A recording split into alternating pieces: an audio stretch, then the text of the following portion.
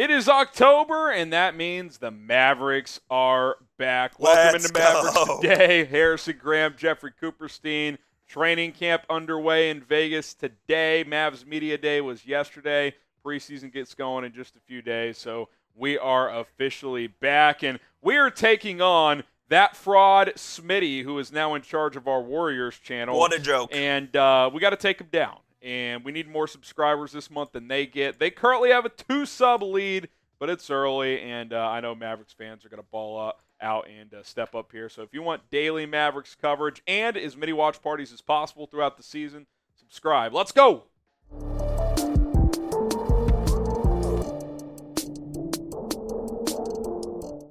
On today's show, Coop and I examine the back end of the roster, who is going to take that final Mavericks spot, as there will be a little bit of competition during training camp and in the preseason. Coop, you look at the current roster, obviously the starters, the top 12, 13, even 14 guys are probably set in stone, but as of now, AJ Lawson's still here. Obviously they signed Markieff Morris. We'll see how these things play out. Yeah, they have one roster spot and one two-way spot open, so there's still some room for guys to make the team that are at the back end of the roster. You look at a guy like an AJ Lawson, who isn't slated to be on this team, really, but, I mean, it's a possibility that he could make it if he really impresses in camp, and there is an option that he could make it on the last two-way spot as well. So they have that final roster spot open, and there's also a two-way spot open, and I kind of do want to touch on the guys later in the video, on guys who could potentially make that spot as well. There are some interesting names that were on the Summer League roster that the Mavs could potentially take a look at here. And just to clarify, the one roster spot, it's more up for grabs than open. Correct. What you mean is between Morris and Lawson. Yes, that's what I meant. One of those players will be the 15th guy. They obviously have 16 kind of, and then a couple of like training camp invites, etc. But yeah, it's gonna come down to these two. I mean, I guess in theory a guy like Dwight Powell could get stretched away, but I don't think anyone thinks that's gonna happen. Doesn't really help you to do that.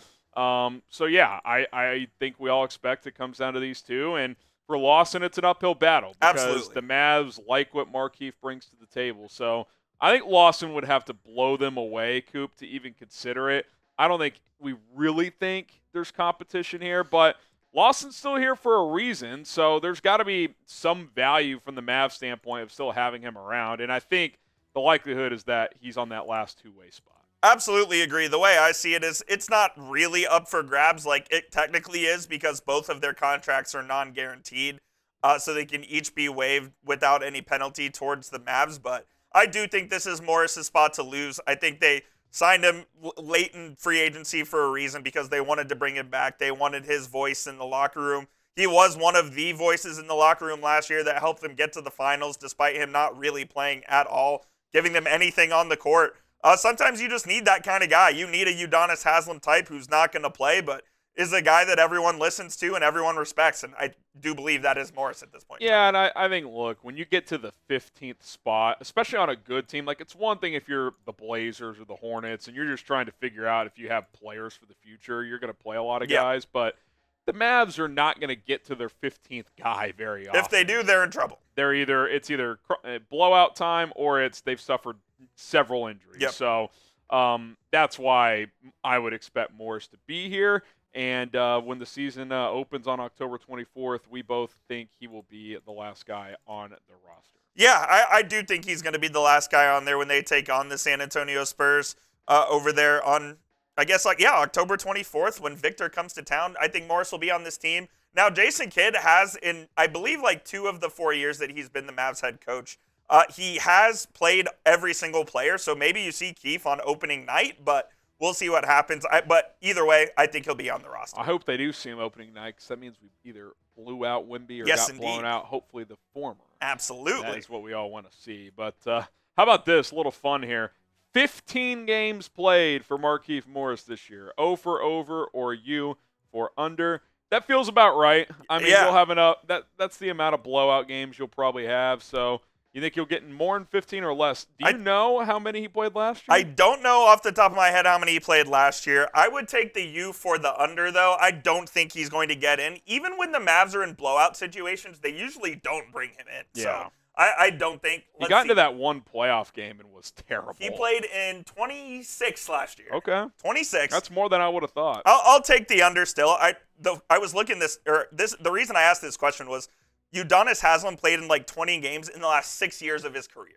Oh, it's ridiculous. So, I don't know if Morris is going to be. Did you see he traveled or he's with them for Oh, Summer he League? wants to be back with the Heat so bad. Why is he not just a coach on their Give it staff? up, Udonis. He's been a coach for almost a decade. Give it up. But yes, this will be the pin comment on today's show. So get your votes in. Type O for over or U for under. Look at some two-way candidates here, and a couple of guys from the Summer League, Jay-Z and Gortman, Emmanuel Miller, Jamarion Sharp, who you and I have talked about numerous times on this show. Then, of course, Lawson, who could get cut but then brought back on a two-way.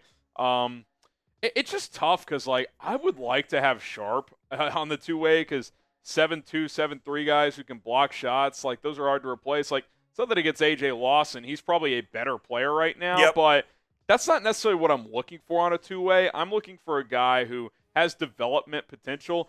How much better is AJ Lawson getting? I don't know the answer to that question. I'm not sure his ceiling is much higher than it already is right now. He's probably close to maxed out his potential. Now, I do think there is a way that each of these four guys could make the team. And we'll explore that here in just a second, but we do need to tell you about our sponsor today, which I guess is Fanatics, but it's really us, because if you're a real one, go ahead and support the show by going to chatsports.com/real1 right now. We have t-shirts in all sizes and colors, including this black, a little blue, maybe some Mavs green if that floats your boat. Go help support Harrison, support myself, chatsports.com/real1, and get your t-shirt today. Links in the comments and to the description of this video. Something each of these guys brings to the table. Gortman's a scoring player. You can light it up in a hurry. Yeah, no doubt about it. Emmanuel Miller added a three-point shot as last year. Pretty good defender. He's kind of a tweener, but he can defend multiple spots. Also has a good mid-range game.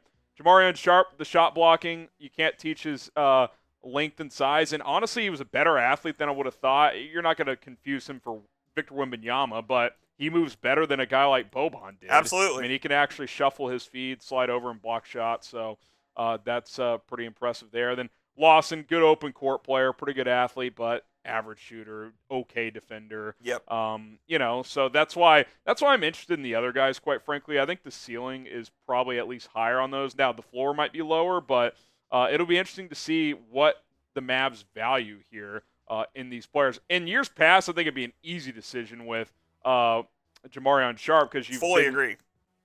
Begging for good centers. Well, now you got two good ones, so even though I would like to keep him around, they might feel differently. Yeah, I think the most unlikely of the four is probably Jazz Gortman because they have an abundance of guards. They have Dante Exum. They have Spencer Dinwiddie. Obviously, Luka, Kyrie, Jaden Hardy as well. So I would probably rule him out. And then it's sort of a three-way battle between Lawson, Miller, and Sharp. And I think all three of those guys could give the Mavs something that the Mavs could find valuable. So I do think that it'll come from one of those three. And maybe if one just really stands out and impresses in the preseason, they take their chance, and they're the guy that ends up with that final two-way spot. Yeah, we'll see how it plays out. What do you guys think? Who gets that final two-way spot? Type G for Jazz Gortman, M for Emmanuel Miller, S for Jamarion Sharp, or L for AJ Lawson. Lawson would probably be the safe bet, but I'm going to type my S because I want to speak it into existence. Give me Jamarion Sharp, the 7'2" kid out of Ole Miss. He impressed me. We are officially the Jamarion Sharp fan club here at Dallas Mavericks. Has any Mavericks YouTube channel talked about him more than us? No chance. That's why you subscribe. Because Absolutely. we bring you all the inside info here on Mavericks Today. And quite frankly, just even if you watch this video and you're like, I don't care, you should care about beating the Golden State Warriors. Don't let us lose to Smitty. I can't lose to Smitty. It's just classic Smitty. He was on the Celtics train in the finals, lost to him then. Now he's with the Warriors. So got to take him out. So hit that subscribe button, turn on notifications. We'll see you guys tomorrow with another video. Peace.